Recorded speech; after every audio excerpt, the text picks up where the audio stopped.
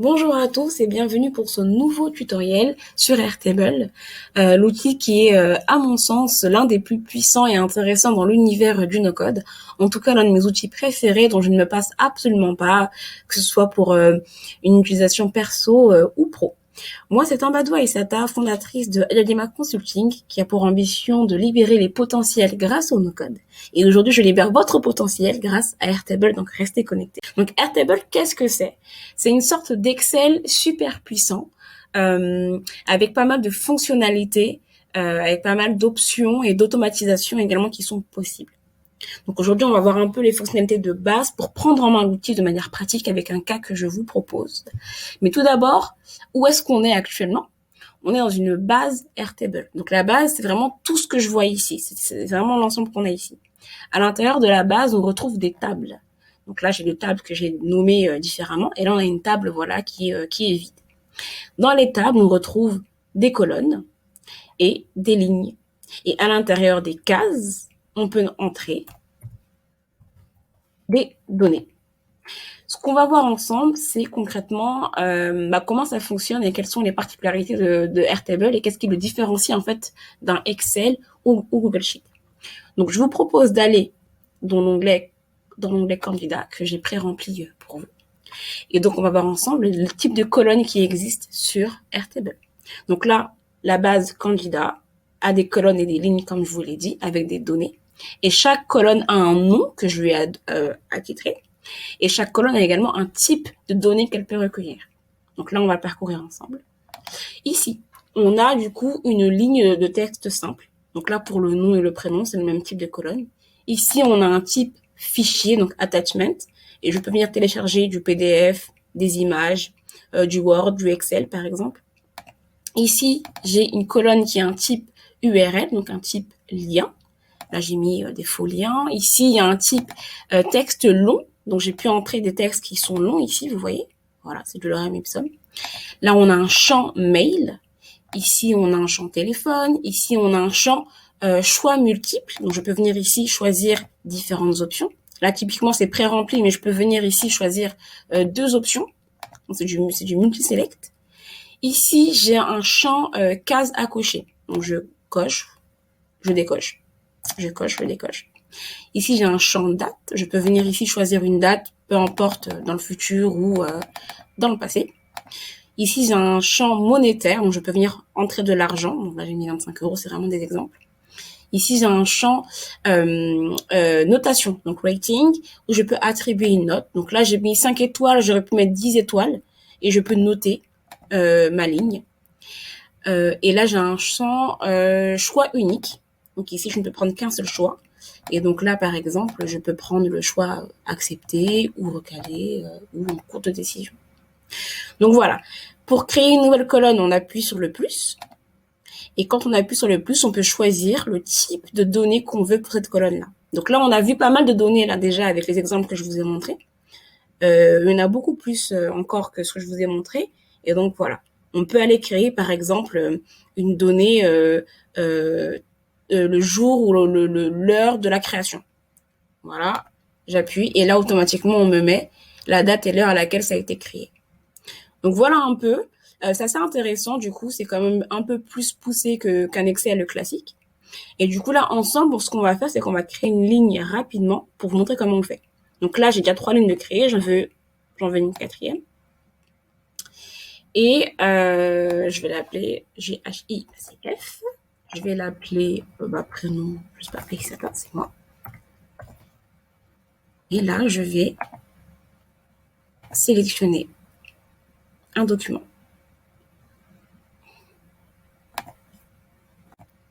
Donc, il est basé sur mon ordinateur, mais j'aurais pu le prendre ici en ligne, sur Dropbox, sur Instagram. Je le télécharge et il apparaît dans la case. Et il est du coup cliquable si je le souhaite.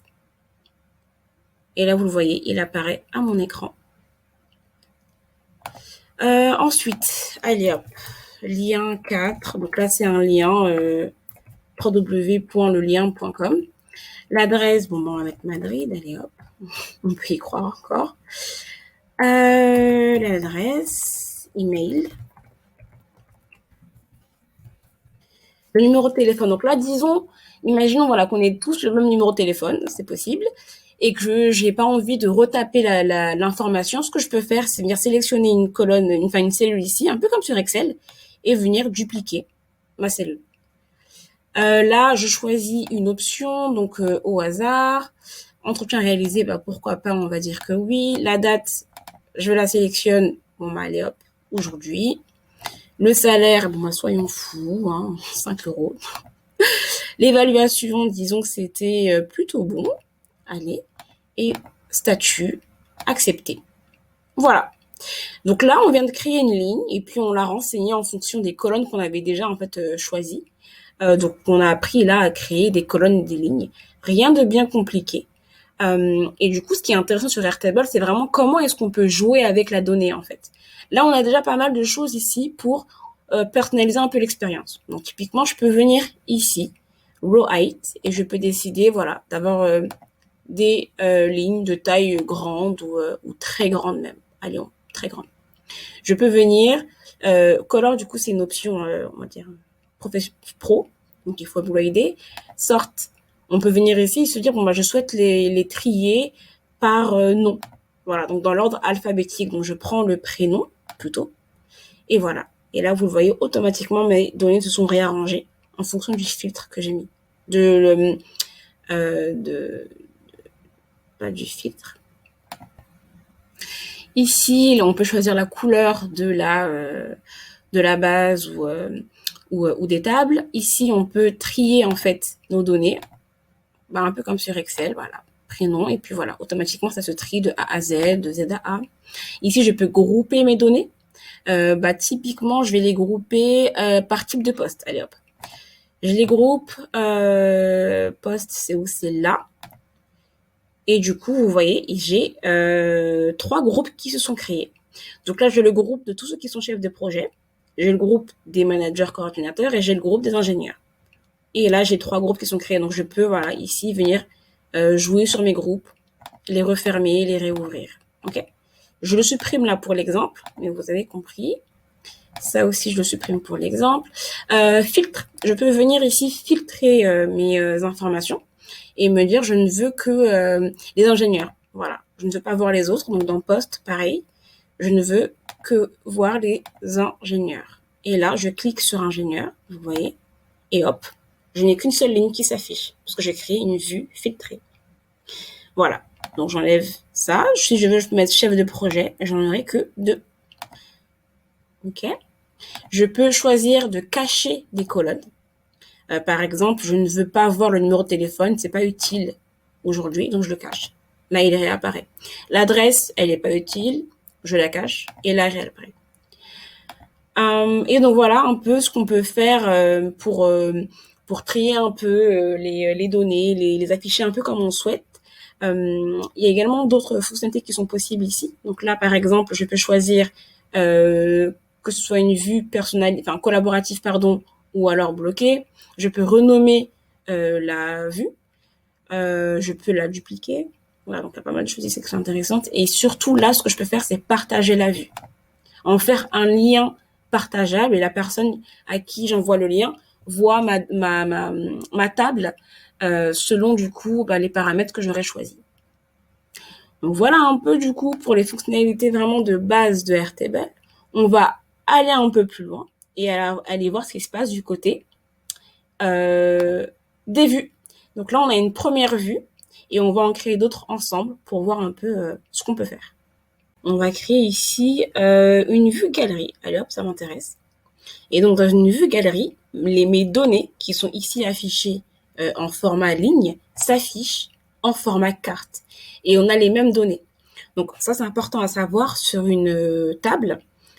Toutes les données peuvent apparaître dans chacune des vues. Maintenant, évidemment, si je veux, moi, je peux créer une galerie seulement pour les chefs de projet. Et comme dans la vue grid, je peux venir ici filtrer et choisir du coup ce que je veux faire apparaître. Mais sinon, d'office, toutes les données peuvent se retrouver ici. Et donc, dans poste, voilà, je choisis chef de projet. Et j'ai plus que 2 cartes qui s'affichent. Voilà. Et donc là, vous voyez, ce qui est intéressant, c'est qu'on peut visuellement du coup avoir une mise en page qui est intéressante. Ici, donc automatiquement, Airtable a choisi le document téléchargé euh, comme euh, comme euh, comme bannière pour la carte. En cliquant sur ma carte, je peux du coup ici voir toutes les infos qui sont présentes dans la vue grid. Je peux également me dire, bon, bah ici, donc Airtable n'a affiché que le nom, prénom et CV. Moi, je peux ici customize cards et choisir d'afficher quand même le mail, le poste, l'évaluation, le statut. Voilà, donc je peux voilà vraiment venir jouer sur mes cartes comme ça, afficher ce que je veux et même déplacer l'ordre des champs que j'affiche. Donc là, j'ai remonté poste. Je peux baisser le nom. Là, vous voyez, ils ont changé de place. Et donc, on peut voilà venir s'amuser et créer voilà des cartes assez intéressantes. Pareil, je peux ici aussi venir partager ma vue. Et donc, typiquement, ce qui est intéressant, c'est de créer des galeries et d'envoyer un lien à une personne externe qui aura seulement accès à la vue qu'on choisit. Donc, la vue galerie. Ça, c'est une vue intéressante. Il y a des vues aussi Kanban. Donc, par exemple, ce que je vais faire, c'est choisir comme critère de classement le statut. Et là, je vois tous mes projets recalés, tous mes projets acceptés, tous mes projets en cours de décision. Par exemple, là, si celui-ci, il est accepté, eh bien, je le mets dans accepté. S'il est recalé, je le mets dans recalé.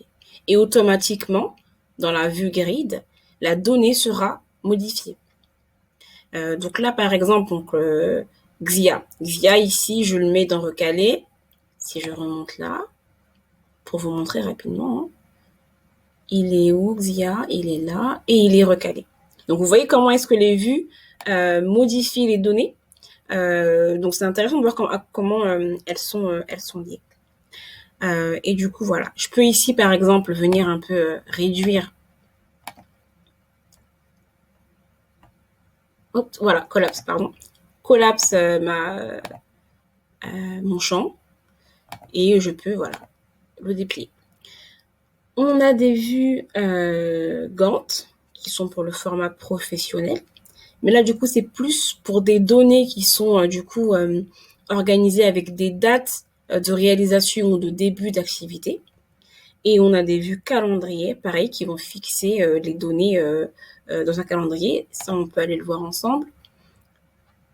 Et donc là, je choisis par exemple la date de l'entretien. Pour du coup, voilà, dans mon calendrier, je vois que Aminatou, son entretien, c'était le 8 juillet, Xia, c'était le samedi 17, Aïsata, c'était le 29.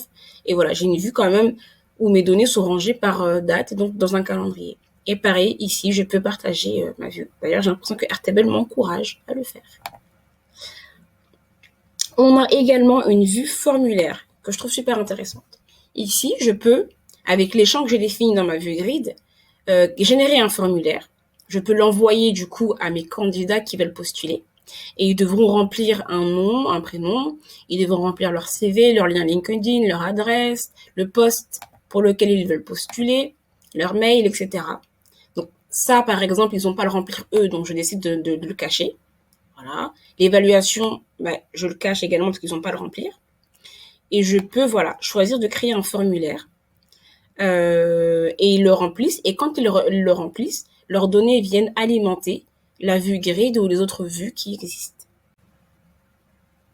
Et donc là, on vient de voir la plupart des fonctionnalités de base d'Airtable et on a évolué pour l'instant à l'intérieur de la table candidat qui était voilà assez intéressante. Ce que je vous propose, c'est quand même d'aller voir la table recruteur parce qu'elle existe pour une raison. Donc on va faire deux choses. On va renommer ici le champ qui s'appelle name et qui est en fait le champ qui ne peut pas être supprimé. Moi, si je veux, je peux venir supprimer ici une colonne. Ce champ ici, la première colonne, elle ne peut pas être supprimée. C'est la colonne qui donne vraiment son nom à la ligne, donc au record. Ici, ce que je veux vous proposer, c'est d'aller choisir un champ formulaire, un champ formule autant pour moi, ici, formula, et de faire ensemble, de renommer du coup ce champ-là. Donc par exemple, moi ce que je veux, c'est que dans le champ name, il y ait le nom et l'équipe de mon recruteur qui apparaissent. Et donc ici, je choisis nom. Je mets et ici, je sépare avec un tiré du 8 et encore une fois, et je choisis équipe. Donc ça, il faudra toujours faire attention à la syntaxe d'Airtable pour qu'il n'y ait pas d'erreur. Et donc là, le champ formule, la formule que j'entre, et je save. Et vous vous rendez compte que automatiquement, parce que j'ai entré une formule ici, Airtable reconnaît la formule et se dit OK. Donc ici, je choisis le nom, B, et l'équipe, achat. Ça, souvent dans Airtable, on retrouvera ça. C'est pour du coup essayer de nommer automatiquement la ligne, du coup, avec une sorte de système qui serait le même pour toutes les lignes. Donc voilà. Ce qu'on va faire rapidement, c'est qu'on va rebasculer dans l'onglet candidat. Et je voulais vous montrer comment créer un lien entre la table candidat et la table recruteur. C'est vraiment l'une des options d'Airtable qui est la plus intéressante. Donc ici, je crée une colonne, comme on l'a déjà vu au début. Je choisis un champ de colonne particulier qui est là, Link to another record, qui est vraiment un champ magique. Et je vais créer un lien avec la table recruteur. Donc je choisis ici recruteur. Et je fais créer field, create field. Airtable me demande, est-ce que en plus de la colonne qui vient d'apparaître ici, je souhaite ajouter une colonne qui reprendrait des éléments qui appartiennent à la table recruteur. Pour l'exemple, je vais prendre équipe, pour l'exemple. J'ajoute donc en plus de la colonne qui vient d'apparaître, une autre colonne qui appartient à l'onglet recruteur. Ce que je vais faire ici, c'est que dans recruteur, je vais choisir B. Donc B, achat, donc c'est B, Ibrahima de l'équipe achat. Je choisis ce recruteur-là. Et donc déjà, le recruteur est choisi par rapport à la table recruteur. Et en plus de ça, la donnée équipe qui vient de l'onglet recruteur est automatiquement renseignée puisqu'elle est liée à Ibrahima B. Donc ici, je vais choisir aller Sergio. Et donc là, automatiquement, encore équipe achat, c'est automatiquement renseigné. Et donc ces deux onglets assez magiques sont en fait tous les deux reliés à une donnée qui se retrouve dans la table recruteur. Et ce qu'on va aller voir, qui est assez intéressant également, c'est que dans l'onglet recruteur, maintenant que j'ai créé un lien entre les deux tables, ici, il y a un onglet, il y a une colonne qui s'est créée toute seule et qui dit que Ibrahima B, les candidats qu'il a traités, c'est Xia. Et Sergio E, le candidat qu'il a traité, c'est Robert. Et ça, vraiment, ça crée une dynamique vraiment entre les données qui est vraiment forte sur Airtable et que j'aime beaucoup. Et puis voilà, vous voyez que le design est super, super. Là, si je vais d'un candidat et que je me dis que, ok, Aminatou a également été interviewé par Sergio. Donc là, c'est automatique. Dans le recruteur, Sergio se retrouve avec 2 candidats. Et je revois tous les candidats que Sergio a interviewés.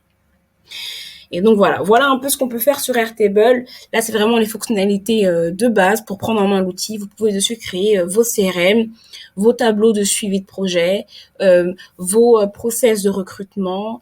Vous pouvez gérer les articles que vous publiez sur vos blogs.